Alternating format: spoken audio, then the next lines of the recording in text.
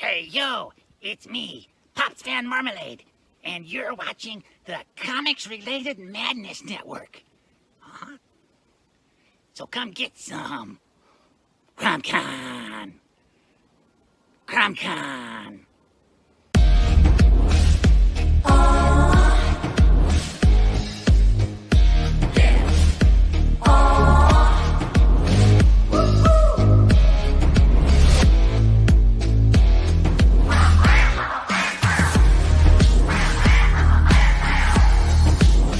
Your favorite podcast is Critical Blast.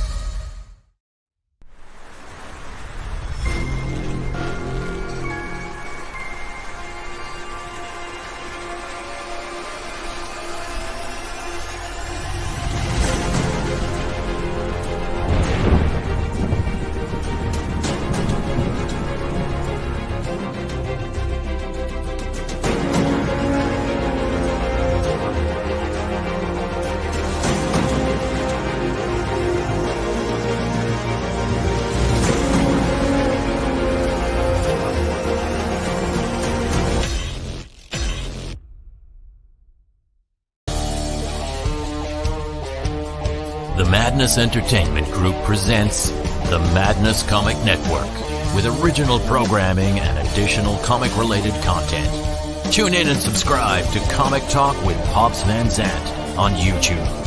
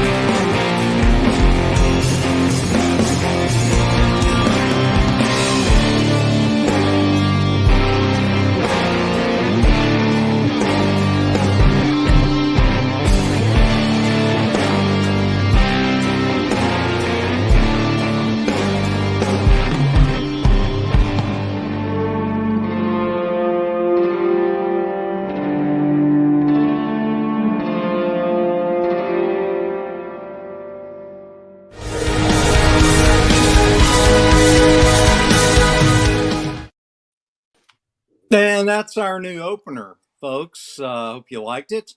Welcome to the January 11th edition. This is basically Wednesday Wham! And I'm Dean Zachary, your host. Once more into the breach, dear friends. We're creating beyond calculation, beyond politics, and beyond the big two.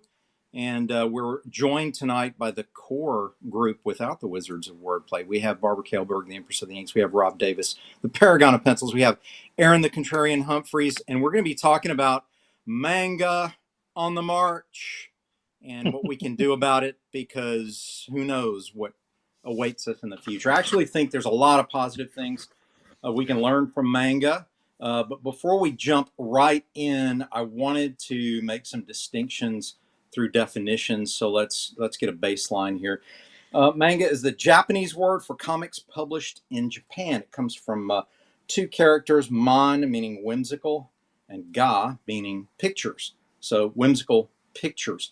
They're serialized into magazines in Japanese called tankobon, and there are self-published comics like we try to do here, and they are actually called dushinsei. So it's like Da Vinci, but Dujinsi, excuse me. That's just to lay out the groundwork there, the foundational work, so we know what we're talking about. Manga is sometimes confused with anime. Anime is the animated version of cartoons in Japanese. They started primarily in the late 19th century and developed to what they are now right after World War II, where the idea of taking cartoons with talk balloons and turning them into serialized stories really picked up around the same time ours did. I think part of the difference, and we're getting to get into this in depth, uh, in the nature of both art forms is distinctly cultural. I think in Japan, art is art, and while there are hierarchies and levels of acceptability, their manga artists tend to be rock stars, especially today. The art form of comic books arguably wasn't really that celebrated due to a lot of government smearing in the 50s, which we've read about, and also it was considered a nerd shaming source for at least the late 20th century. It's only in the early 21st century that comics has sort of become this accepted part of our culture. Would you tend to agree with that? Let's go with Barb first. Barb, give us your take on when you were first introduced to the manga phenomena. What did you think, and how did you see it? Um, the first thing that struck me was the style. They have a very distinctive style, Mm-hmm. for the most part. Very, very much different from the American superhero style of art. Um, the thing that always struck me was the great big eyes. Yeah. I never understood the fascination with that, but who am I to judge? They're trying to Uh, copy Walt Disney. yeah, there. That's See now, No, see seriously, that's what they were trying to do. The original guy did Yeah. was copy the art style Walt Disney. That's why the Yeah. big eye stuck. they were more concerned with telling the story than they were making highly detailed art. The story was the most important aspect of it. All manga has a beginning, a middle, and an end. Sometimes that end is 40 years down the road, but there are no reboots. The stories are consistent. You can follow it like a serial or like a TV show that runs for years and years and years. It's episodic. So there's very little confusion. If you start at the beginning of story, the story because it doesn't go off onto wild tangents and offshoots and bring in, a whole new cast of characters, stuff like that. It's very consistent. That's part of what I saw. I also just myself, initially when you first see the imagery, you might be tempted to consider it more young adult or for kids. But as you go a little bit deeper, and again, I was introduced to it more with Akira, which is the anime version. And then, of course, things like Ninja Scroll and things like Ghost in the Shell, where you start to realize they're handling, in some cases, some pretty lofty philosophical questions, and they definitely don't pander. While, like many storytelling art forms, some are more aimed at kids, some are more aimed at teens and college kids, and then some are aimed at everyone. So it's a fascinating art form. The main thing I noticed was that culturally it's embraced, where there was not so much of an embracing of American superhero comic books by the entire culture at large, that we were supported all the way up until, I would say, the MCU, the Marvel Cinematic Universe. We were embraced primarily by a particular fan base. Oh yeah, And I didn't tell a lot of my classmates what I did for a living. Yeah. And it wasn't until Facebook that they started following me that they even figured out what I did. yeah, right. And yeah, because it wasn't, it was kind of nerdy and Sure. weird. And now they're all, you know, they're up. I went back to my class reunion this past summer, and they were like, "Oh, look, it's Barb. She's famous now." And I was like, "I've been doing this for 30 years, and now I'm famous." Where were you 25 years ago? We're nerd shaming everybody, right? I mean, we're going to get to that, and I want to save that from when I get to Aaron for my question. But I want to go to Rob too, because Rob again has been in the industry a long, long time. And when you first saw manga sort of enter the arena, what were your initial thoughts? Were you kind of like me, where you're like, is this something for kids? What is this exactly? Well, I saw some of the adult oriented stuff. Doing Scimitar, I was more oriented toward the adult stuff anyway with what I was doing. So I actually I encountered that. So I saw that it was more wide ranging than just kids stuff. Okay. And I'm going, well, this is kind of interesting stuff. It seemed like it was really aimed for a very specific, very narrow audience, and I was not one of those people, because and there's nothing wrong with that. Right. The adult stuff was really adult. I mean, we were getting off into really hardcore. So, and that, I'm into X, but I'm not into, triple, third, I hear you. 4X stuff. Right. So, but, what did you think of the art itself? Did you think? I thought it was very highly stylized. Of course, American art is too. It's just, I think that was a cultural thing. It appealed more to that culture than it did to our culture. And now we're kind of, these days, that's not as big a wall for it to overcome as it was then. I think it was very, very narrow when it first hit, and now it's starting to blossom as people find out that there's more to it than just, whatever they ran into the first time, whether it was the more adult stuff or the more kid stuff.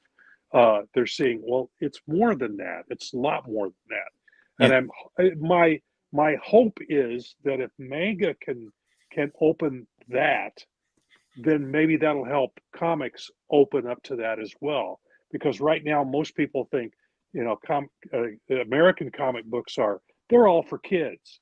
I mean, even despite having fairly and the movies, the Marvel movies, while they are better than the Batman TV series, there's still a little bit of campiness to them. They at least are headed in a more realistic direction for, I mean, we're talking about high fantasy here with people with superpowers.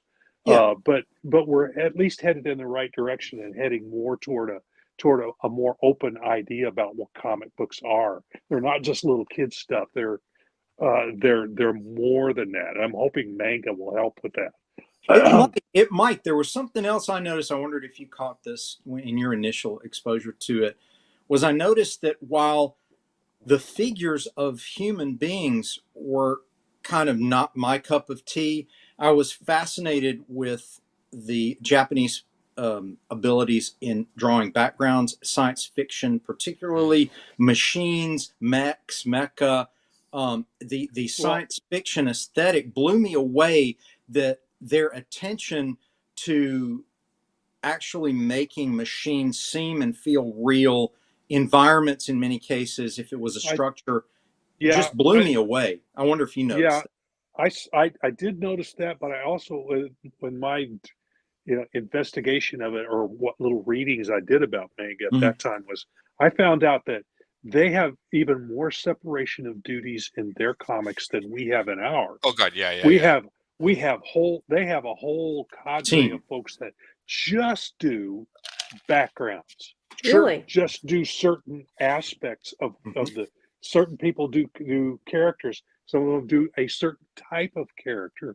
That's what Disney does in their animation department. There's some people that will do just trees, and then some people who do just buildings and stuff. Right. Exactly. It's very even further broken down. And part of that is because they're constantly pumping stuff out. So you've got this, just like we were doing, American Comics are doing with monthly comic books. They were putting out, these thick books of every month, and so they had a hell of a team just knocking it out every month, and so it became kind of a manufacturing machine. Yeah, it was like a Also- factory, like an assembly line with specialized workers. You know, okay, pass it to the building guy. Okay, pass it to the car guy. Pass it to the spaceship guy. You know, Also, pass it was to, more about the comic and the story than it was about the Yeah, artist. So there were, I mean, Correct. there are superstar artists, no Yes. doubt about it in manga, Absolutely. but it's more of a team effort. Yeah. It does seem that way. Aaron, I want to get your take. Let's How do you continue. feel about it in terms of, number one, do you think the wild success, and we're going to get into the numbers here, worldwide of manga, what do you attribute that worldwide success to? Because we're talking about 10 million units sold, not like 10,000 or 400,000 being a big deal, or even, you know, 500,000. But we're talking about 10 million units sold worldwide for some of these titles. What do you attribute that great success to? There's a few. That's a multifaceted question. Yeah, It's a tough Growing up, question too. It's tough. He's there was a. laid one in your lap. I Yep. think a lot of '80s kids grew up with anime more than they realized. Right. Yeah. I wasn't introduced to. I mean, I liked Akira, but I mean, I was introduced to manga. I mean, anime with Star Blazers. Okay.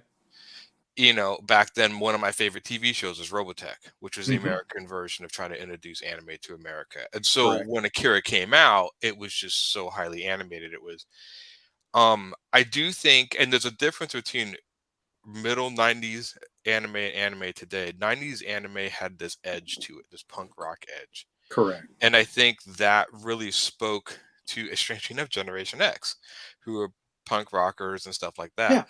Yeah. I think as manga's come up, the one thing people don't realize is Future X1, most manga that comes to America features teenage protagonists or Mhm. younger, which means Yeah. they directly relate to their audience.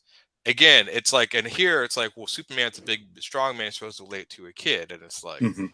the Japanese is like, no, that's stupid. We're just going to make a teenager and Sure. relate them. And so, and like, if you've read like almost every one article you post on that 10 top ones, all of them are kids. Of Yeah, course. and they are questioning the world around them. Right. Well, Yeah. the Japanese are always about growing stronger. There's always that sort of unity of growing stronger. So about growing up, not so much the hero's journey, but growing up and accepting, you know, responsibilities, stuff like that. So I think that connects with the younger audience. Manga wasn't a runaway hit when I was a kid. Now I saw more manga in my comic shops because Dark Horse was my parent company in my city. It was in Milwaukee. Dark Horse was one of the first companies to really start putting out manga over here. I think Antarctic Press might have been AP. Right. Yeah. And so when we went in the store, the comic stores, which were most of them were owned by Dark Horse, because Dark Horse started from a comic store, things from another world, they pumped the store with a lot of the manga they were publishing. So manga to me was like all over the place. It wasn't like, again, my comic stores, I found that by talking to Roland, are very different from your comic stores in other parts. Superheroes were in one little corner, then manga, underground comics were very prevalent. It wasn't like this weird thing in the back. They all had their own section. So if you didn't want superheroes, there was a ton of other stuff to look at. Right. And we did. And but you know, the one that really, as far as manga books, the one that I really got into that blew me away is Appleseed. And I found that in a bookstore. And Appleseed was the same guy who did Ghost in the Shell did Appleseed. That was his first manga. And so, but I did notice that one thing manga, as far as art, the art is consistent. I think that's kind of super important because American art goes up and down, up and down, up and down. The other thing is a lot of American artists, not all of them, but a lot of them are not really interested in backgrounds. So anime and manga has taken a few things where the backgrounds are supposed to be photorealistic. The characters are caricaturized. And that's how it goes. We focus more on the character, real detail in the character, and the background just kind of there. I didn't realize this, but later on somebody pointed out that when McFarlane was doing Spider-Man, he was actually stealing some of the buildings from the Akira comic and putting them in America. Yeah. He was stealing. I went down. He was swiping generously, eh? Yeah. I want to submit this to you too, because I love to get your take on this. Because you study philosophy, you understand a little bit about Asian philosophy as well, and the heritage in art, the art form, the Asian art form. One of the consistent aspects of the Asian art form, as far as storytelling, is they tend to use template characters. Now, what do I mean by that? The typical samurai, the typical wizard, the typical merchant, the Yeah. typical geisha. They're not a lot of concern with individuals. Their concern is with a representative icon of a class. This Yes. comes from, I don't want to get too in the weeds, but it comes from the Asian philosophies back all the way back to Hinduism, right? Where you're just four classes and you're one of those four classes and that's it.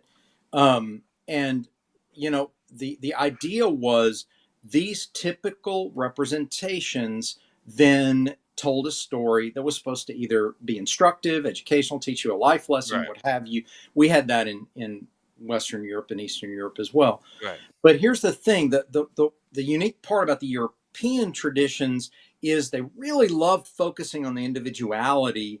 When the icons of the medieval period sort of segued into the Renaissance and so on, then we started to become more concerned with the aspects of the individual. Now, let's bring it back to manga. Manga, again, one of the reasons that the characterizations tend to all look the same. The typical schoolgirl that's hyper emotional, the typical young boy who's either hyper emo or he's the hyper nerd or whatever. We're dealing with stereotypes. We're dealing with cliches. So what happened, what I presume that the intention is to create a window for that archetype to relate to the reader so they can be brought into the story. Right. And they do that visually. So again, you're going to have the typical jock, the typical nerd, the typical schoolgirl, the typical this, the typical that. I noticed that may be part of the reason we're seeing such standardized cartoon humans with standardized cartoon faces, but the backgrounds are these sumptuous, rich, layered, unique environments. Do you see where that links up a little bit, or am I overstretching? Even in Understanding Comics, Scott McCloud talked about that they were more interested in, and this even goes back to Disney a little bit. I mean, if you look at Disney animated movies like Bambi and the first started out, the backgrounds are very realistic. The characters are cartoon that mimics manga to a T. American comics are very much a little different. I mean, and I'm not saying there's some American artists that put a ton of detail in backgrounds, but it's rarity. I mean, the big joke among any comic book artist in America is I hate drawing backgrounds. That was a running joke.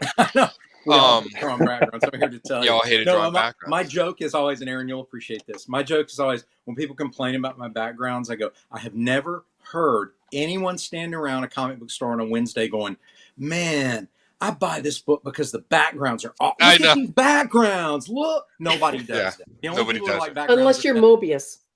Well, he's not American, so there you go. But that means true. That's true. We all complain, about I hate drawing these backgrounds. But honestly, I've even asked people at cons, I've asked people in the comic store, I'm like, would you rather me trace a 3D background and make it perfect, or hire somebody to draw a perfect background for me, or would you rather me just do my own looser, incorrect interpretation, but it's my art? And everybody answers the same way. They go, no, I'd rather see your art, even if it's not correct. I'd rather see you draw your own backgrounds, even if they're looser, not exactly 100% right, whatever. We don't want to see the So again, that may be more of a cultural thing. Well, the other thing too is manga is very much more focused on the world. You're entering a world. Yes.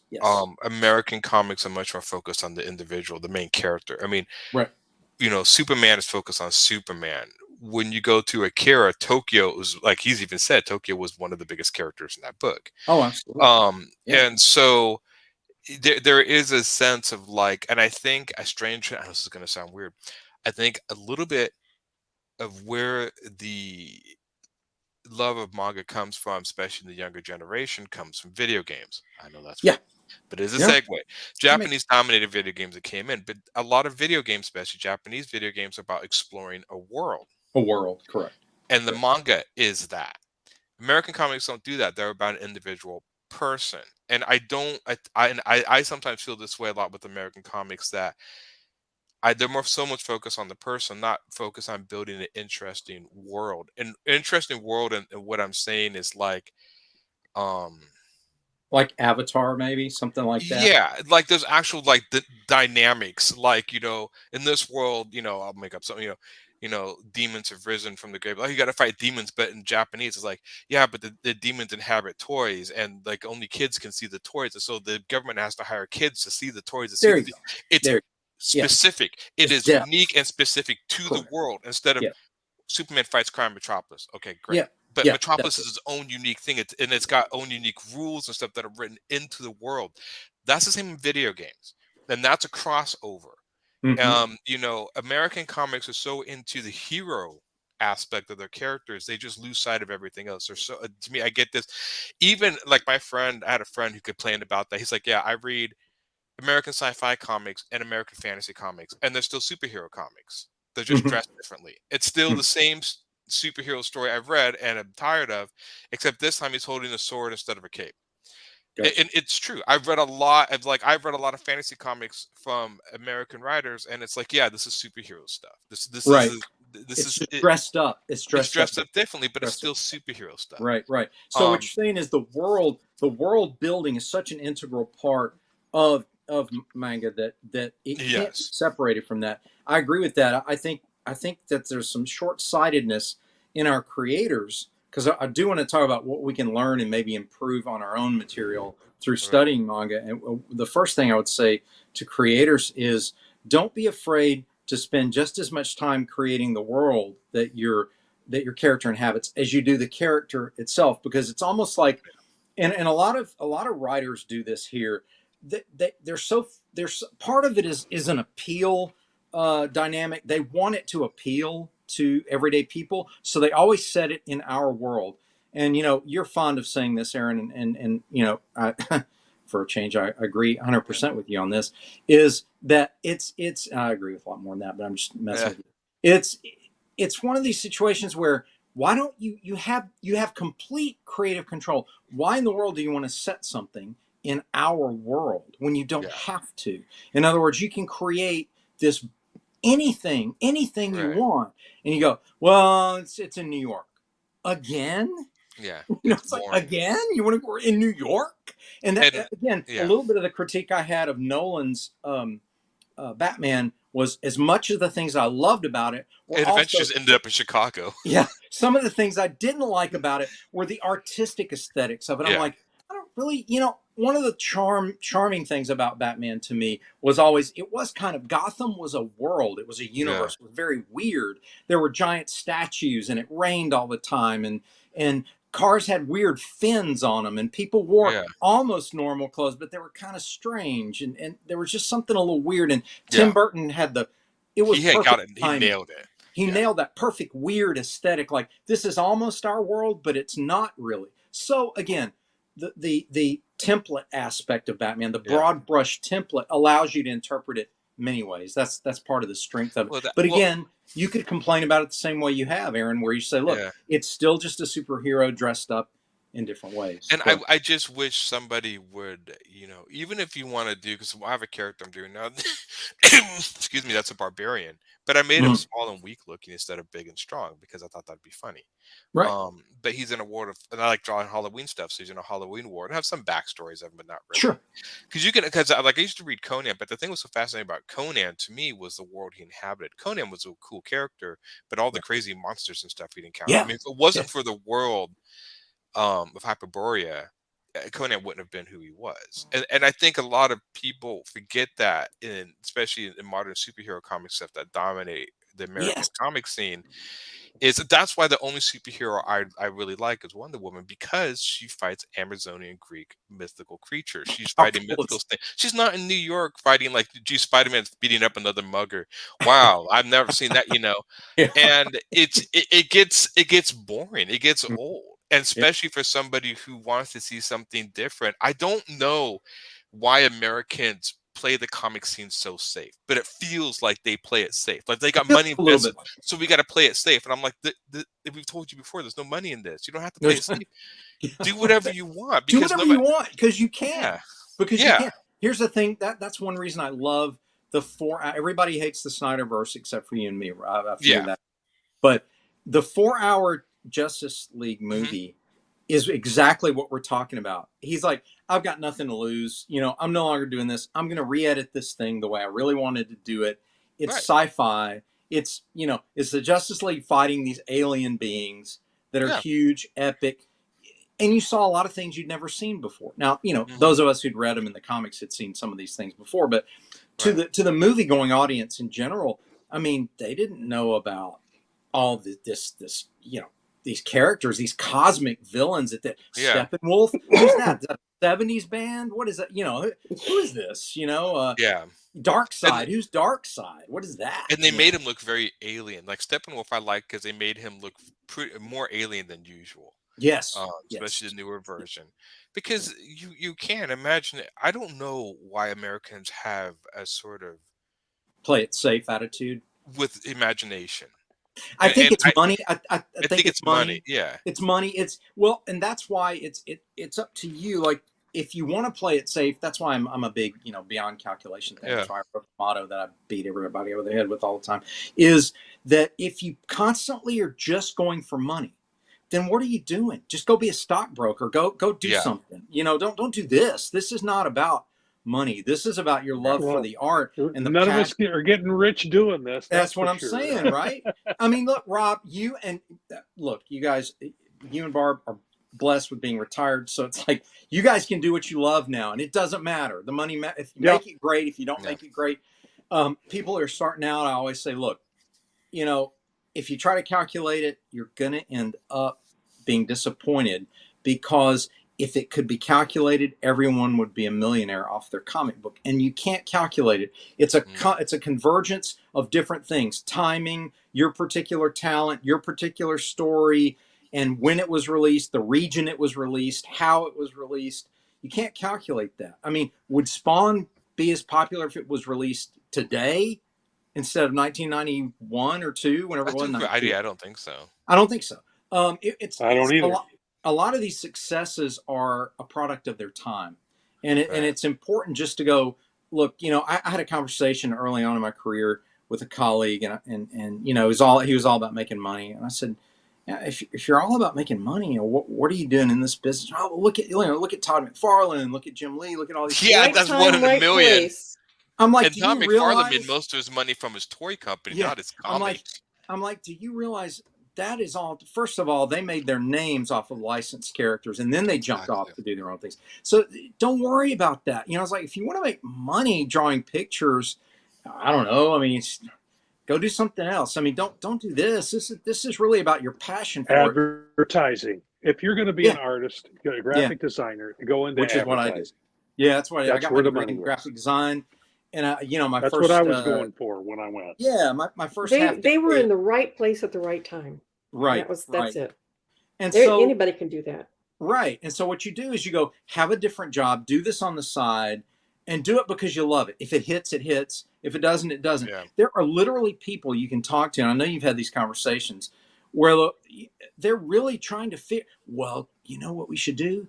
Kids are into the color yellow right now, so I'll put them in a yellow costume. It's like, kids are really into stories about girls being rejected by their boyfriends, so we'll do this Yeah. girl is rejected by her boyfriend. It's like, just stop. Do what you want to do, and it will succeed or fail based on your passion for it, because people can smell calculation a mile away. They feel like Yeah. they've been pandered to. They feel like they're being they don't like that. Manga doesn't feel calculated, even if it doesn't feel calculated to me. I look at it and I go, man, there must be a market for this. It's selling 10 million copies. Holy Well, moly. the one thing too is you notice that American comics also pandered to the lowest common denominator more than even manga.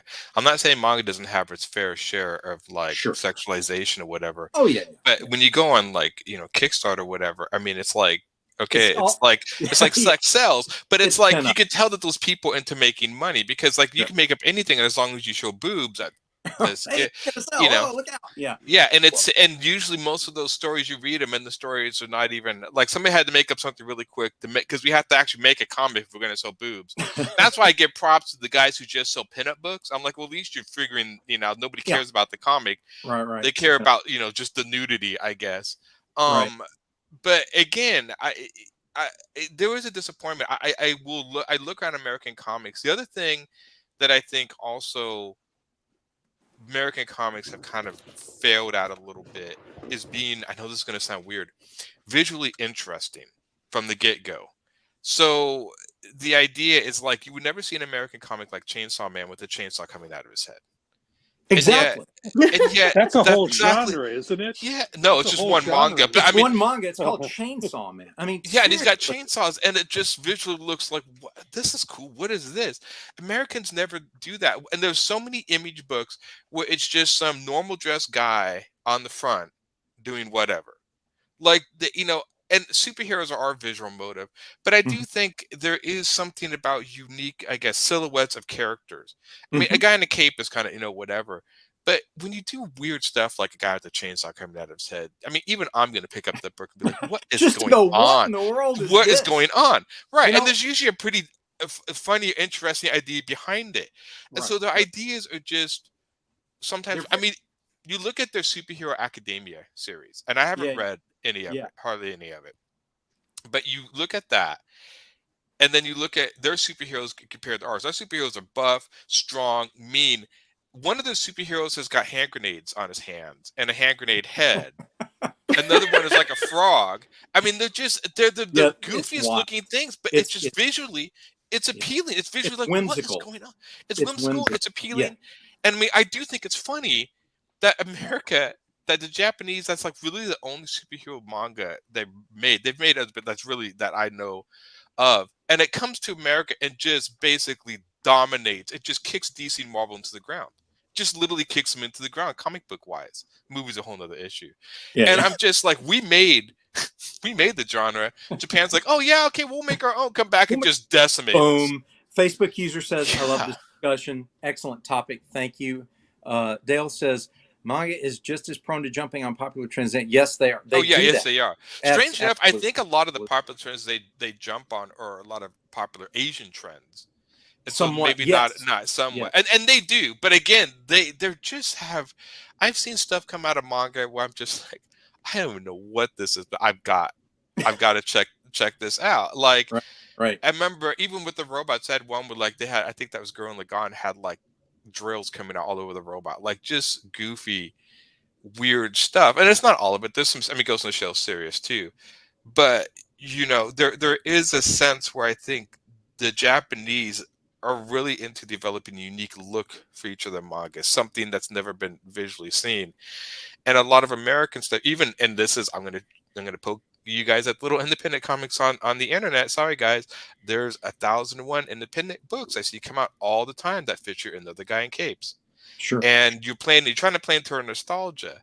And Mhm. okay, I understand that to a degree, but the thing I don't understand is, and I've seen this from people I personally talked to, they think, like I had one guy, it's like, if I make something like Star Wars, I will get Star Wars fans. No. And I'm like, no, you will No, not. And they're you like, will not why? And get I'm like, because the people who like Star Wars, and the money they're going to spend is on Star Wars. Why Yeah. would they spend money on Star Wars adjacent? They're not looking for that. They're looking They're for not- Star Wars. That's a good point. I'm going to jump in here. This comic in 2022 sold 12,282,000 copies. And it's called Jujutsu Kaisen. You know what it's about? Yeah, A I know a kid little who bit of what it's about. A kid who swallows a cursed item. It's a and finger. It's a it only decrepit takes- cursed finger.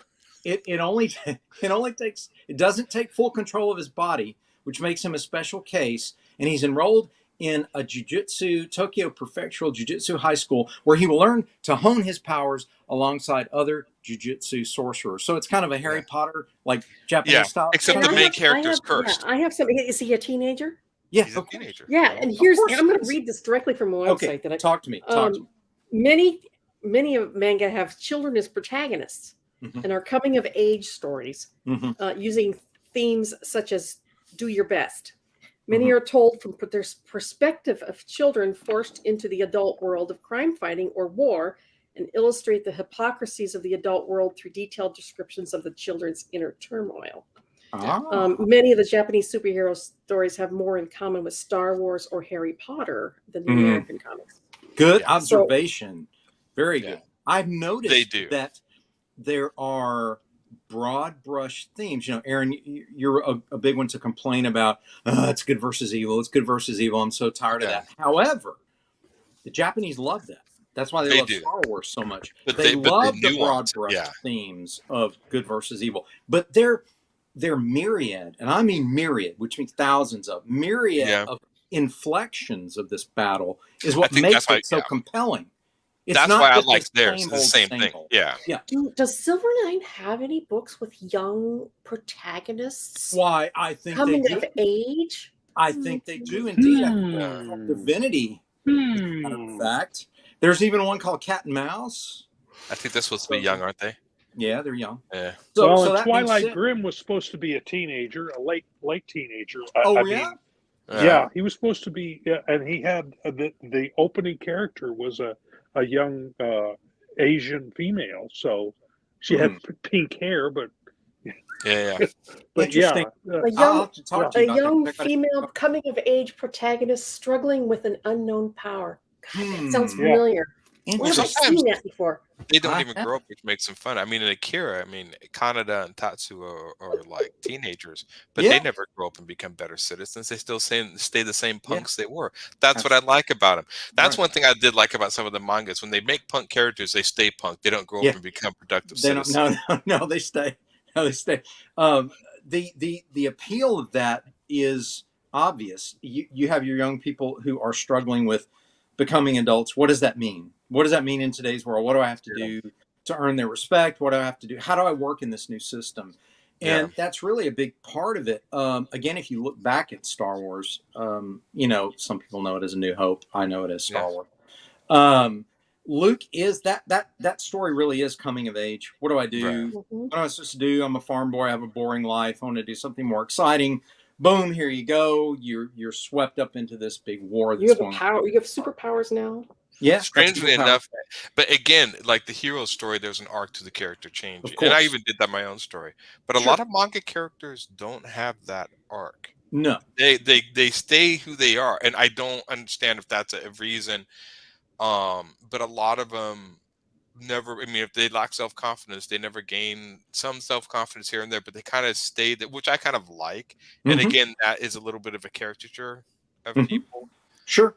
But the Yeah. characters do kind of stay that sort of. I mean, like even when you watch like Ninja Scroll, Yeah. Jubei, I think was the main guy. At the end, Right. he's still the punk ninja. He doesn't get better, but he just solves the problem. Well, okay. So Think about. Did you see Blood or The Last yeah, Vampire? a Okay. long time ago. Yeah, Right. So you've got basically a Buffy the Vampire Slayer type of storyline, right? And Saya is just a deadly force. And yeah, I mean, she just wades through everything like this, like a hurricane, and does what she needs to do. And she doesn't really change. I mean, it's just Saya is Saya, and you can't stop her. I think that was one of the appealing things. This jumps a little bit off of manga, but it comes full circle. Their horror films have a similar appeal, especially you remember way early in the 2000s, The Ring came out, right? yeah. Mhm. So the Ghost in the Ring, you expected it to have the American full circle storyline. So when Yeah. they solve the mystery of why Samara is angry and why her spirit is killing people through the TV and all that, well, you find her, you find her tragic story, you bury her, remains. Oh, everything's good. Nope. She still comes out and kills you. And so there's something unique about their focus on it doesn't have to follow, like you're saying, it doesn't have to follow a preset journey that we all grew up reading and studying. It helps Right. if some of those elements are juggled in and out of or influencing it. Right. But it doesn't have to follow it by rote, step by step. No, it doesn't. And I think there's also, I mean, what he said, yeah. American comics tend to copy that which is trending. Everything on the stands basically blends together. It's rare that any particular title stands out to pique a potential reader and to pick it up and browse through it. That's correct. Yeah. Aaron has covered that many times. That's why I went through it with a throwback style. Yeah. Yeah. I think it's important. Again, if you're a creator and you're thinking, I want to have success like manga, that's a great goal to have. But don't copy manga. Copy the approach of manga, Right. which is what? Yeah. Build a There you world go. that's believable. Build a huge, deep, interesting world that is believable. And people will come to it. It may not be everybody. It may not be as many people as you want to come to it, but Right. you'll be doing what you want to do, and you won't be selling out to some template or some Yeah. edit, or an you image know? look or whatever, that's Yeah, supposed to or be whatever you're popular. selling. Do what It's fits the weird. story, not a style that is popular because it may not fit the story. Right. Correct. It's funny that there is an actual look to image books, which I always thought was funny. Now I know Mhm, every company has to brand their stuff, but I always mhm. thought it was funny for a company built entirely on independent comics that they all look the same. How, only America can pull this off. Now, Like part of that I'm was like seriously. I'm like, how is this? okay. And I was part of that generation, so I'll tell you why some of that happened. A lot of these guys were emulating the leaders of that movement because again, yeah, success breeds copycats, right? So, hey, just because Todd draws a certain way, if I draw kind of like Todd, I'll make as much money. yeah. Jim Lee has a lot of hatching. If I draw kind of like Jim, I'll get. And we I all was fell into that. told to change my style Why? Why to would you? Why? emulate those guys if I wanted to Really? stay in the industry. Yeah, Yeah. Oh, for crying out Jim loud! Jim Valentino told me that. I was on a discussion group with him on CompuServe, Yeah, and he told me I needed to change my style yeah. so that That's I could. So ridiculous. That's Yeah, ridiculous. see, and well, I was that's a, what I I was So a, told him. classic. I was a brush inker, and I was asked to emulate the pen, Yeah, that the image quill The use, pen. the pen croquill, style. the Yeah. croquill hatching. Which was Yeah, that guy, which was mostly Silverstreet. But is it yeah, well? No, McFarlane did that a lot too. I'll give him that. But yeah, yeah. Silverstreet did that sketchy stuff. The funny Yeah, thing was, is I could imitate it with a brush. Of yeah, course, you can. Sure, you you can. can. Here's Yeah, here's what I love though. You can always tell the success stories where that was their natural style because they're still doing it and there's a growth to it and an enthusiasm. It doesn't feel hmm artificial. And that yeah. is people like Silvestri. Okay. Dude is the scratch master. Okay. He can Hmm. scratch Oh yeah, anything and it looks totally real and totally believable in his world. If you guys are not picking up his latest Batman Joker thing, you should just to look at his art. It has yeah, matured. It's fantastic. Oh, I It's love his still stuff. it feels like he's channeling Bernie Wrightson, but in a more superhero way. But Oh, that's his cool. world is fantastic, and all he does yeah. is hatch it out. Man, it's a million lines, and then But it's organic. I still respect people like Mike Mignola, who is like no line. Everything's block. Everything's just block here Yeah. and shapes and I think that is one thing American comics do have over mangas. We have a lot of varied art styles, yeah, but we do. sometimes that could be good, and then that can also bite you in the butt when not Yeah, any styles working. yeah, But I do tend to. I'm attracted to manga that either has perfected the manga style or done it better. Because there's a lot of manga pickup. I'm like, that's mediocre representation of the style. They right, could do better. right. And it's funny. The one thing too that people have said many before, and I've heard this before, that a lot of the manga that's coming to America is the cream of the crop from Japan. So they had, I mean, like, there's a ton of manga in Japan that burns and fails, just like Yeah, American comics. of course. It's like, but we're in depth in the American comics, so we see American comics burn and fail and some success. But since we get all the cream of the cream from Japan, to us, it looks like they just can do no wrong. Yeah, Yeah, because they're that's bringing part of over it. the best. Sure. Though they have a huge fan base in Japan, they come over here. Yeah. So it's skewing the image a little bit. Like, yeah, there's just as many people that make manga and burn and fail over there. They're just not coming to America. Just like the Japanese are probably not seeing a lot of independent comics that burn and failed over here come over there. So it skews the image a little bit. Of course Do it you does. guys, do any of you guys follow web comics at all? Some. Some. Yeah, I surf it, and it's just drowning in manga wannabes. Yeah. Oh, is that Yeah. right? Yeah. Well, Yeah. I know Webtoons is owned by a Korean company. And I think that's also, I don't know, webcomics started out, and I think there's a lot of manga, so and a lot of kids now are introduced to comics through web comics, not comics off the book. I mean, we were introduced to comics, you'd have to go buy one, and here's a comic Yeah. book. Right. Now people are younger, introduced to web comics. Since Sure. majority of the people doing web comics or manga, they go from that to the printed. They're starting out with manga. And so that could be a difference. This is why to this day, I've never quite understood why America's never had an American superhero, American style web comic service. well, we're not going to do that. I'm like, yeah, well, Japan did it. Okay, and Korea you might did want it, to think about and that. it's actually helping. And Well, and not all of it looks like that. I mean, Lore Olympus is one of the biggest webcomics out there, and it's not manga at all. But it's romantic, and so people Yes. like romance too. That's something that American comics don't touch on a lot. Is It's there is a romance. lot of romance in manga comics, Yeah. and there's lots of super in love couples and stuff like that. And while we have some iconic couples in American comics, Lois and Clark, and MJ and Yeah. Peter, stuff like that, we don't have a huge emphasis on romance. Right. Because And a lot of Go ahead. in manga comics also, they have their books, they have something for everyone.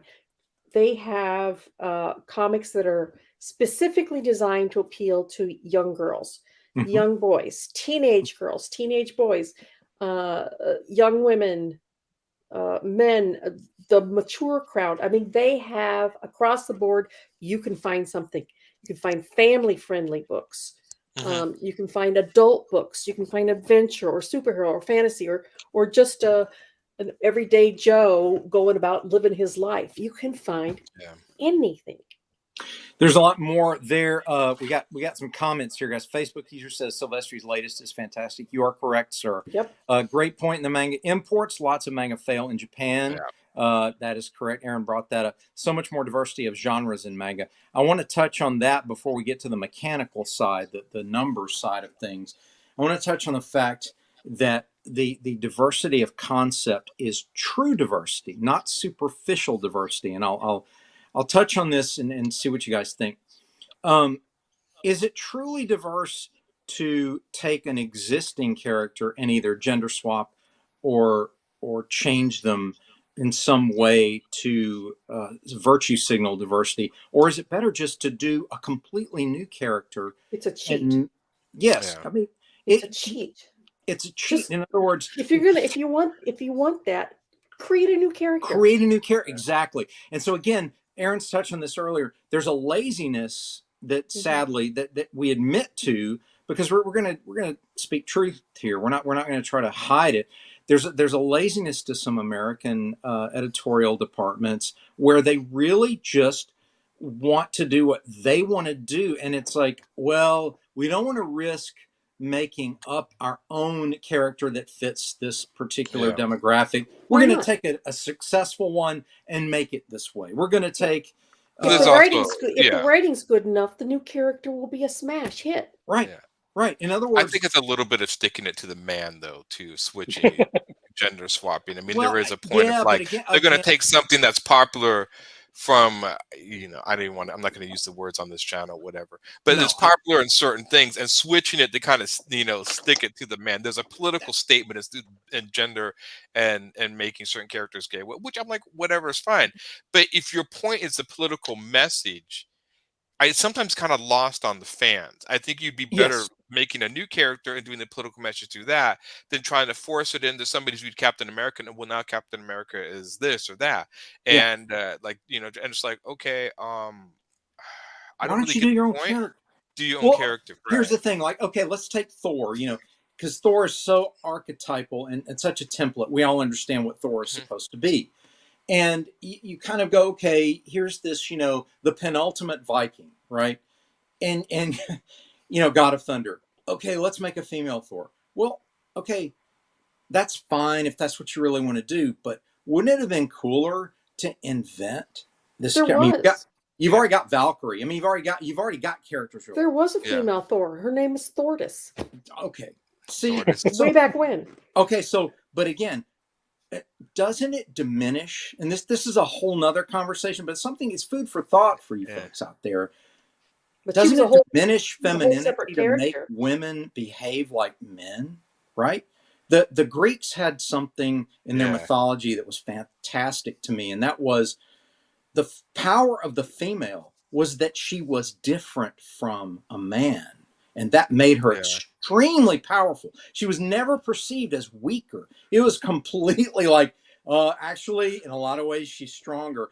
And their mythology reflects that in so many ways. This whole idea that you have to make them act more. Well, this is a strong woman. Why? Because she's acting like a man. Well, no, actually, you just made her weaker, in my Yeah, opinion. well, it's also taking on the worst traits of men. Like, hey, men like to conquer and take over things. Well, if I make a woman do that, then it's like we Right. don't like men because they do that. But if I make a Or- woman who does that, then it's that's okay. In other then words, it's okay. Yeah, right. and I'm like, Take a male jerk behavior and turn a female toward that and go, well, now it's okay because a woman's doing it. What? You just like yeah, inverted everything you're saying. So anyway, that being said, I think that weakens the position of a character. Taking an existing successful character, gender swapping, changing them, making them this or that, just make up your own stuff. You can do anything. There's such a freedom in this realm, in this arena. Go out and make up your character. Do exactly what you want to do. well, the funny And, thing is, I'm sorry. It's like manga's never really cared about that. Like a lot of manga yeah, characters don't. yeah, You really can't define their nationality or certain things a lot of the time because they have colored hair or big eyes. sure. Um, and so it was more of just the character represented the story. I always saw manga characters as more cartoon. They're supposed to represent a cartoon character, caricature of a human being Yeah, than any specific nationality they're per se. representing an archetype like we were discussing Yeah. earlier. The typical schoolboy, the typical schoolgirl, Right. not They're an necessarily icon rather than a right, an yeah. icon, Yeah. not necessarily like Peter Parker. One could argue, well, he's the typical teenage nerd. Well, he is, but there's things particular to Peter Parker that are just him, and Yeah. those remain. They're not as concerned with that. Before we move on, I really want to get to some of these numbers because I want you guys' input on why you think these crazy numbers exist. I'm going to just pick some statistics here. Comics and graphic novels, percentage of volume sold. Okay, this is the NPD group source.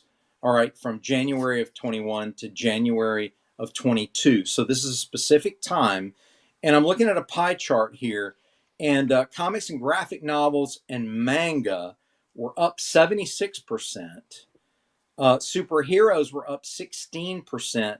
And all other genres were 4%. Now, 76% of an increase in market is insane. Now, again, Yeah. we're just coming out of the pandemic, and that's a lot of people were reading a lot of manga and streaming a lot of material and so on.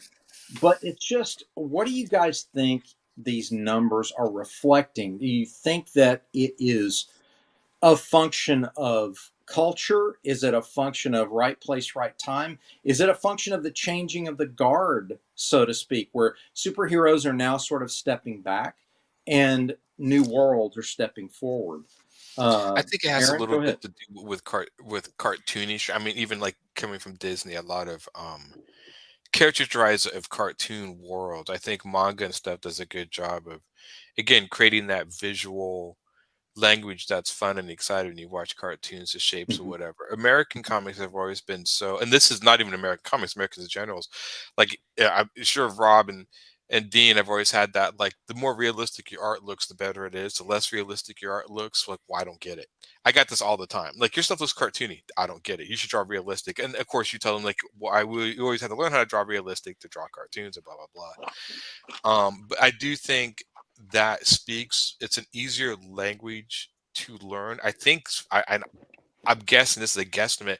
I think sometimes manga and stuff could be more fun and less intimidating. I sometimes feel that a lot of the superhero stuff, it can be kind of intimidating because it is showing a caricature of what humans could be. I Mhm. mean, like, I mean, when I looked at, Batman, I always thought it was funny that superheroes, one, were always buff. Even like, I remember there was a guy in this comic New Warriors, and even as a kid, he was telekinetic. He moved things with his mind, and he was ripped. I'm like, why? Why do you Why need would to he be need that? you don't have He to can be move ripped. things with his mind. Why would he need that? But and they never really work out. Like, Right. I've noticed the same thing in movies. I see like all the love interests for women. It's like all the guys always have tone and ripped, and you never see them in the movie work out. They sit around, they drink beer, they watch TV, and they just naturally physique. That's I'm like, amazing, right? okay. And so That's their it's superpower, I guess. That's their that's the superpower. That's what it is, superpower. Aaron. Yeah, but well, I want to address what you said earlier. First, I'll read this Facebook Yeah. user new character. It's definitely lazy, Lazy pandering, and a pandering. money grab, just like Yeah. multiple covers. The only real winners from this trend were the Comicsgate creators. That's a Yeah. good point. If you're lazy, you're just going to take something that exists and then mutate it into what you want to say. Right. Again, you're just stealing somebody else's stuff. Now, you mentioned earlier, Rob and I and Barb as well, we were we grew up in an environment where realism was a thing, where it's like, cool. But I really did understand it a little bit more than that. I understood a little bit more in the martial arts world, where Bruce Lee had to learn the traditional forms before he then evolved them into Oh his yeah, own form. absolutely. So it was a training exercise. It was more like, I remember my professors in art classes were telling me, look, we like the way you draw. We're not trying to make everybody draw alike. What we want to do is get you to understand light, shadow, volume, weight, and how cast shadows work, and how multiple light sources work. And then go have fun, draw like you want, do what you want to do. So I did go through a snobbery period where, it was only good if they could draw realistic. But then I realized, you know what? I absolutely love Mignola's distortions. I absolutely love this caricature. If it's done consistently well and it continues to tell the story and it's compelling, go for it, man. I'll follow. If I can see that, and I think people resonate with that. If it's genuine, people can sense it's genuine. Hey, I don't care if it's cartoon. If it's genuine, it's how you feel. It makes me feel something when I look at it. I'm there. I'm with it. I think it also I'll feels, follow it. and this is more of American comics than manga. Yeah. Americans have the ability to do this. Like Mignola, his Mhm. style made Hellboy feel cohesive and like its own thing, regardless of the character. Mhm. I think Americans, because of the art style, can feel this way. There's a gentleman, I can't remember his name, so if anyone on listening remember, he did a comic called Murder Falcon. He's done some other stuff. It was great. It was totally funny. He's got a very unique style, and when his books, and so it brings you into the world. And of course, it's like this is basically and this is what I mean by doing anything. This is why I thought this comic was so funny. It was an American comic, and he's like these kaiju attacking or monster attacking America, Earth, and the only way to defeat them was heavy metal.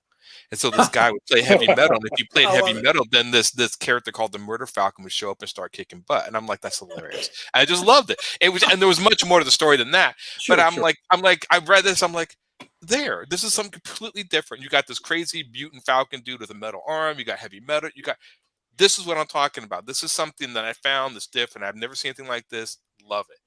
Mhm. Can I have Mhm. more of this? Mhm. I was And this guy, actually shocked when I saw my first Mike Mignola art because I'm like, "What is this?" Mhm. yeah. And, Mhm. And and it took sad, it took me a minute or two, but I loved it after a while. But at Mhm. first, I was like, "I don't understand this at all. What is he doing?" when You know? when I saw Magnola, I saw him in doing Marvel superhero books, and I hated him. And the reason is because his style doesn't fit superhero books. But once you put him in gothic horror, boom, and Yeah. it just fit. Yeah. Is it Daniel Um, Warren Johnson? Yeah, yep. John There it Crummer. is. He's done a few other books. He's a fantastic artist, and but again, just unique. And again, he's Image, so I'm like, Image can make different things. He just kind Yeah, of hunt, absolutely. And but even to this, I mean, there's so many people, the poor Image books. I mean, I actually have heard people online going, yeah, Image books all look the same, which still blows my mind. I'm like, Isn't how that is weird? that? Welcome, Brent, to the Yeah. discussion. We have been we've been talking about manga, Japanese cartoons, of course, and their great success in this country, and we're sort of trying to unlock the puzzle of why, and some of it we've stumbled into some semi clues, like perhaps their culture is a little bit more open to creating completely new worlds rather than feeling locked into formulaic storytelling that some American comics seem to be locked into. And but the other thing we noticed was that a lot of their cartoonish nature of their characters are because their culture, in many ways, tends to use typical iconic drawings for humans, but their worlds and their backgrounds tend to be very unique and super detailed. I wanted to get your take on when you first were exposed to manga. What were your thoughts? What did you think of it? Was it something so foreign that kind of intrigued you, but you were into it, or you didn't like it at all? Or give us your take on when you were first exposed to manga. When I was first Now, are we talking manga or are we talking anime? Could be Manga. anime, because anime is sort of the animated version of Okay. what we're talking about. So This is where I show how little I know about a whole lot of things, because I don't actually think I've been exposed to manga at all. The closest I've got is, and I can show it on my shelf, but I got the Attack on Titan omnibus. It's Okay. this thick. I can't wait to get into it. I got it for a great deal at a con, but I own some. I have never actually read it, but I own some. So hopefully that'll get me some points. But as far as anime goes, I rented, that's how far back this goes. wow, Blockbuster. What's that? VHS copy of Akira from a Blockbuster when I was in college. Mm-hmm. And I remember thinking, I don't know why this is so huge, which is not to say that I thought it was bad. There's just a part of me that's like, this is a huge thing. Why is it huge? That was back when they called it Japanimation. So Oh yeah, Mm-hmm, mm-hmm. of course. Yeah. You know where I was when I first saw Akira? San Diego Comic Con. Oh, They opened it in the nearby theater at the Horton Grand, or not at the Horton Was it Plaza, Yeah. Yeah. and a bunch of us went over to see it, and we were all like, I was, I had the same reaction. Now, I had that in Akira. I was living in Atlanta at the time, and we went and saw this thing. We were blown away. The second time I was blown away was seeing Ghost in the Shell. Yeah. And I was like, what in the world? Because it felt really Blade Runner-esque, but it was just this world, this cyberpunk world was amazing. It was so real. And that's a lot of what has dominated our discussion, was this ability to create a fully realized world, and you feel like you're going into that world when you experience these stories. There seems to be an openness, a willingness to create bizarre worlds. We were talking earlier, Brent. There's actually a manga comic called Chainsaw Man, right? And he's got a chainsaw on his head. Yeah. So, they just go for it. It's like, hey, you know what?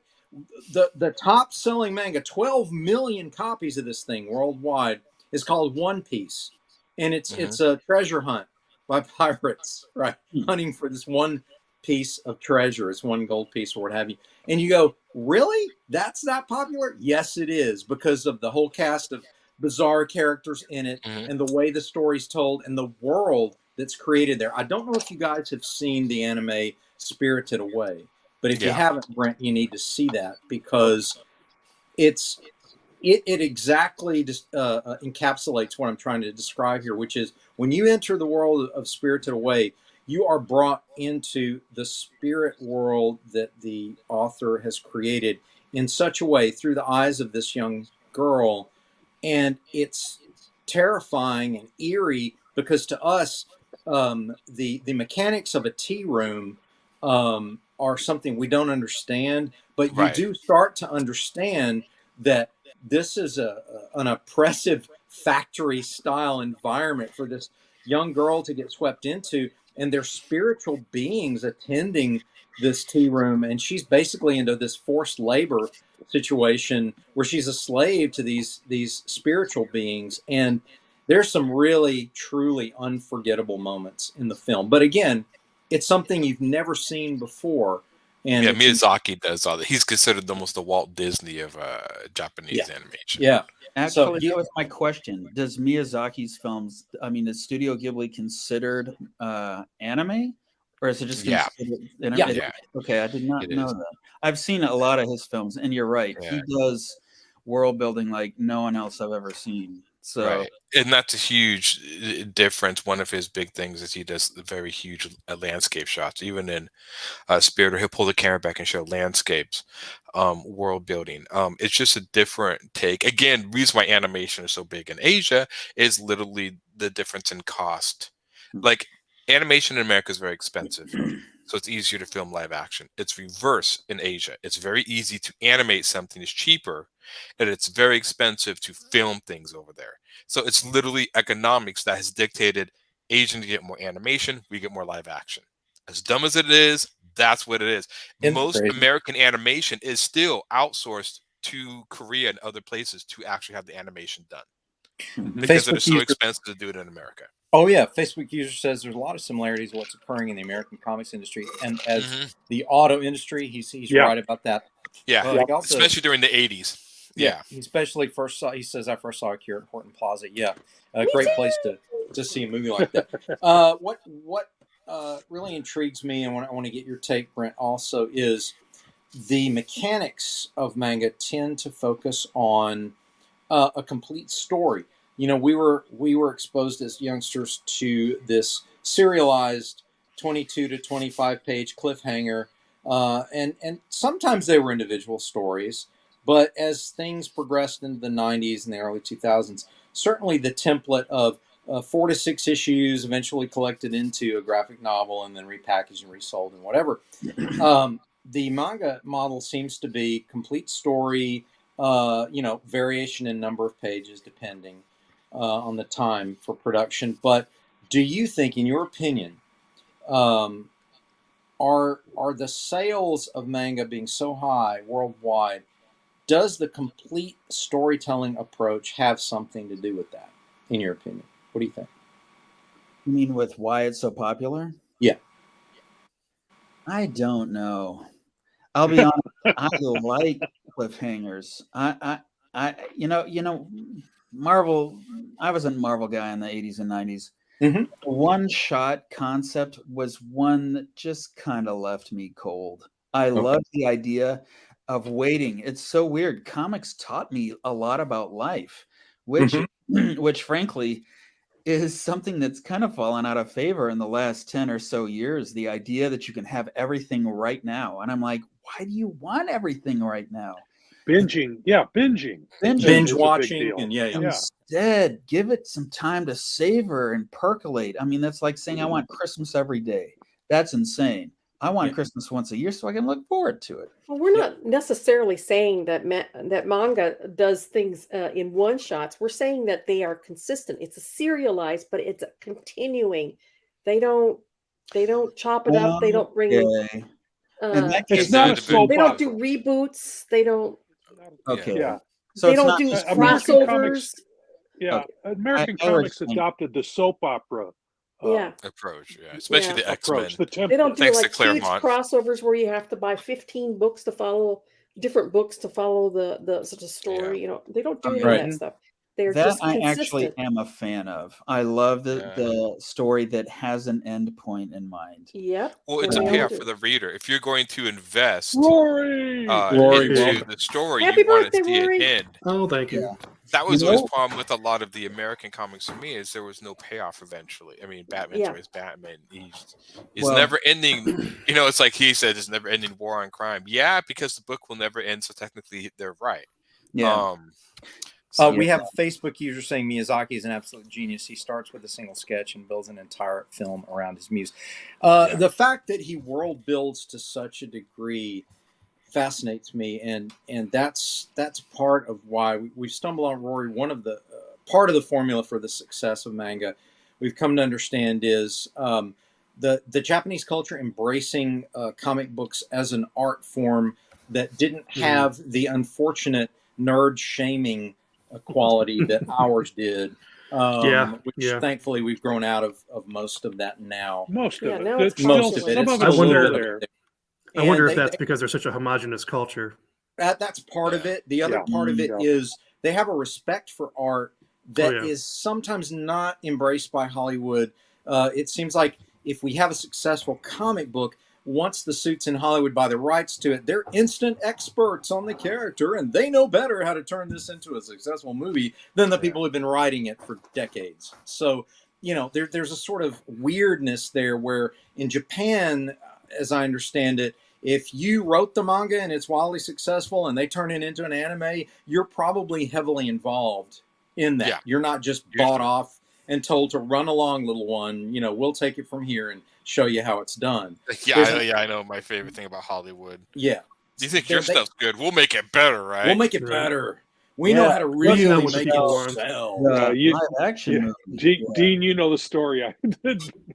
Yes, I've told Rob, about tell that. your story in a You- PG-13 fashion, if you will. I don't remember who told me this, but it's the story about there's about movie making, and where the guy that's scouting out scenes for a location for a specific scene, and he finds this lake in the mountains, and it's a gorgeous vista, and he brings the producer in to show him the location. So the guy says, "Look, isn't this perfect?" And the producer says, "Well, it's almost perfect." So he pees into the lake, and then he says, "Now it's perfect." That's so good. That just And really that's the summarizes. whole idea. That's what Hollywood's all about. I got to stick my into this to make it better. Yeah. So yeah. then I got my fingers in it. It's mine now. It's I've mine. made Yes, it part of me. So It's now it's worth something. Now it's worth it. It's a Right. control issue. Yeah. We've all come across the middle management guy who has to insert himself into everything, every project that comes along, and that justifies his job. It's not that he's actually contributing. It's just I put my red mark on it, so I'm the reason it was successful. Rory, since you're the latest attendee here, give us your. I'll ask you what I've asked. Well, gotta go. Good seeing you guys. Look at this. Look at this. You gotta run now. Hey, run away! Run away! Run away. Brave Sir Robin. If I Bravely may ran ask away. you, when you were first introduced to manga, did you? How did you react? What did you think of it? Was it intriguing? Was it repulsive to you? How did you react when first introduced to manga? So first, I was introduced to anime. Okay. Because that was just my generation was that first group going through like Sailor Moon, Dragon Ball Z, right? And then realizing, oh, this came from something else. So like looking back to source material, and only manga I could get my poor hands on was at the library, which didn't have a huge selection, but it grew over time. And at first picking it up, like, oh, this is Blazers. What's that? Am I the only one that grew up with Star Blazers? Never heard of it. What about? I knew about Star. I knew about it. I knew about it, Aaron. I was just kind of curious. I'm like, wow, am I the only one? It was outside my interest, but I knew about Star Blazers. Oh yeah, I've heard about it. And Robotech. Yeah, I remember. And I was very intrigued. Oh, Appleseed. Yeah, I was very intrigued by it, and so I just delved into it, and I found, I don't know, probably 10 or 12 titles that we had. And of course, there was like, if there's 15 a volume, we had like 1, 12, 40. You know, yeah. Like, I have no idea what's going on, but this is fun to read, and I liked it because each one that we had was so very different from the other. You had giant robots, you could have space aliens, you could have, just on Earth, and just, completely non-supernatural at all, but just like realistic stories. The genres are also over the map, which I don't know if that holds true today, because I went to the local bookstore here and saw this like 15 by 15 book racks of manga, and they all look the same. Like looking at the cover, you have no idea what it's about. Oh yeah. So I don't know if it's just rubber stamps nowadays or what, but that probably has more to do with the bookstore's buyer, who looked at the numbers and solely bought the titles based on the numbers and has no idea what the stories are about and what might or might not sell. Tell us, do you have any thoughts about what aspiring creators could learn about manga? What was successful about it to you that maybe creators who want to get into the biz might want to learn from it? Somebody's fan is running hard. I was thinking I enjoyed it because it's like a fast read. It's very quick. You feel like you're getting through something faster. I don't know if it's just because it's formatting where it's like, 4 or 5 panels to a page and flip, instead of like 6 to 8 panels on a page where it's like, okay, I'm spending a lot of time here moving my eyes around. And it's just a smaller book that you can go through them faster. It's, I don't say simplified because a lot of them have very heavy themes, but it's easy to read. Yeah. I could pick up issue 12 and just read through it and get some kind of enjoyment out of that, even if I didn't read 1 through 11. Did you feel like it was a complete story in itself, even though it was part of a larger arc? But did it feel like beginning, middle, and end that you were reading? Yeah. Okay. All right. Did any of you guys ever get to work on any manga books? No, No.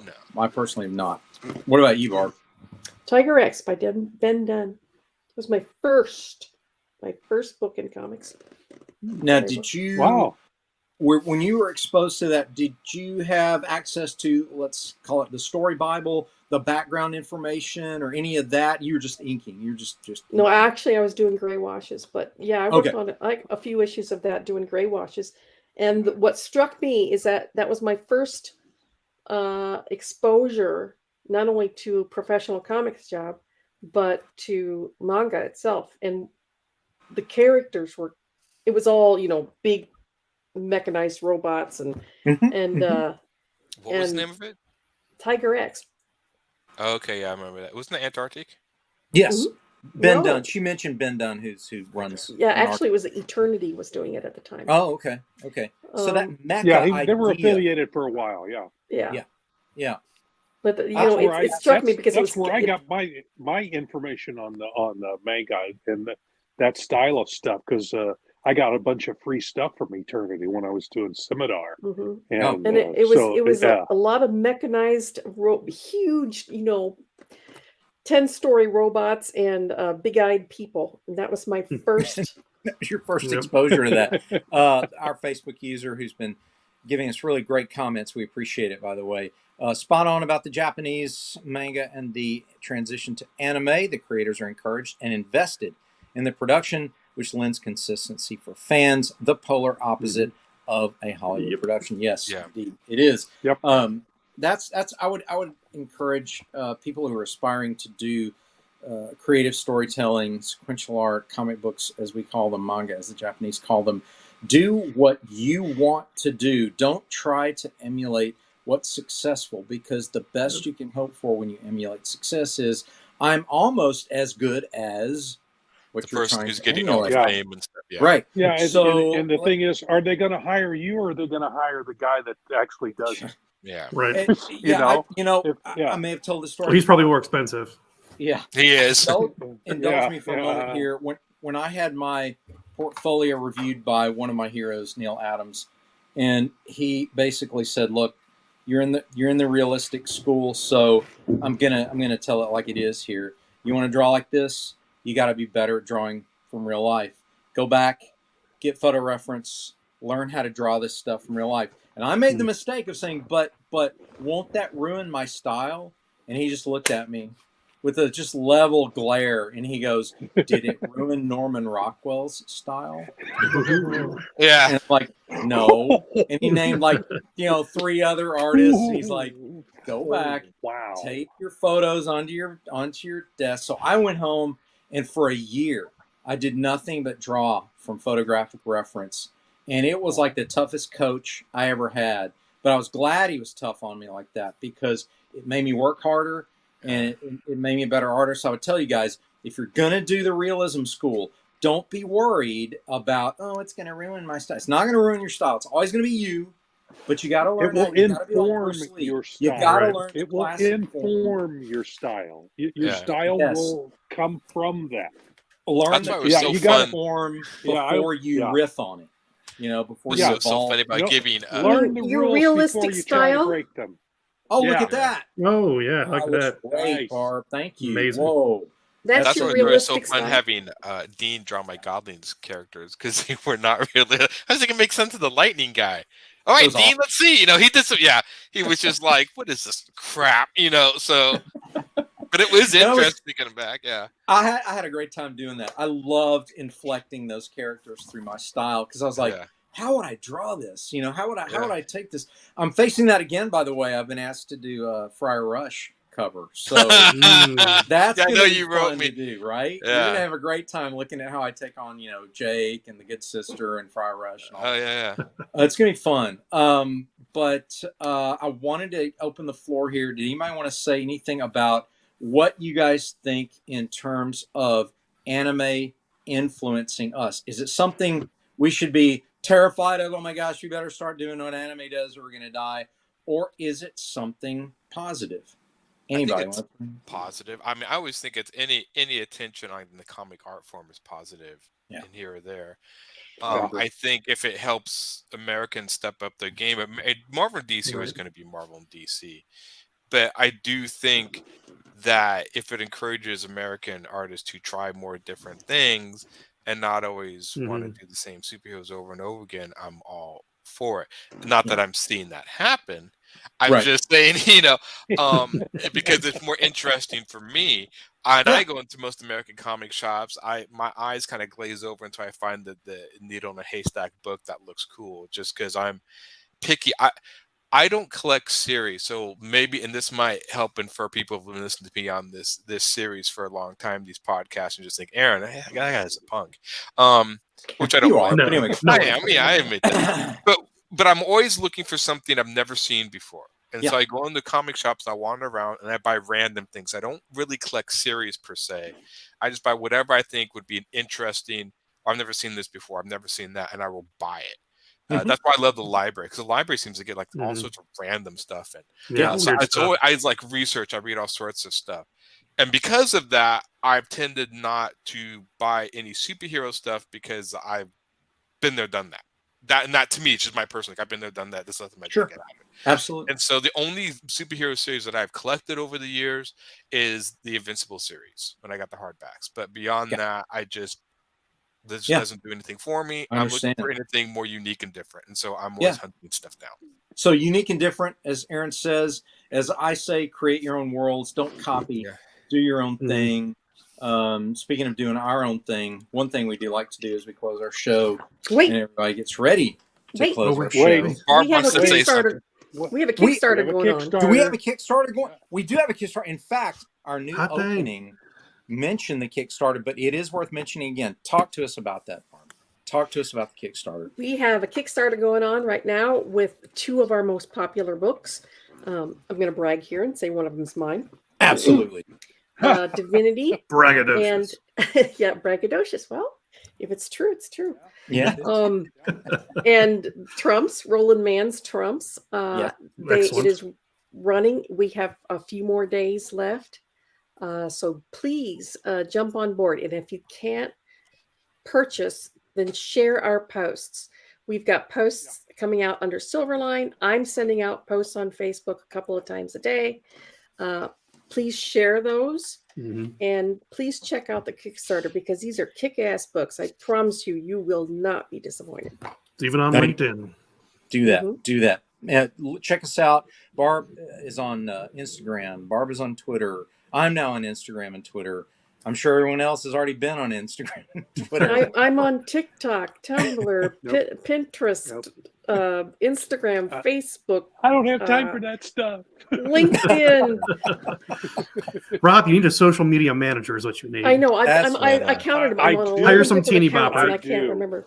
Yeah. Hire one of your grandkids to promote stuff on social media. Man. My one grandchild is like she turns 1 year old this month. So perfect. Wow. Old enough. That's old enough. I'll put her in charge in a year. Yeah. Okay. Payer and Werther's. That's right. That's Deviant Art, Hive, and Reddit. That's my other ones. Yeah. So. Wow. And I'm the only Barbara Gilbert on the internet, so it's not exactly like I'm hard to find. Barb is everywhere. Barb literally, she's Barb is everywhere, man. Barb is everywhere, man. Barb is everywhere. That being said, we're not everywhere much longer, but we are somewhere right now. You don't got to go home, but you can't stay here. You can't stay here. That's exactly right. Yeah. But we're gonna say it. We're gonna screen it. There you are. Make mine. Make mine. Silverline. I'm April Hunter. Make mine Silverline. All right.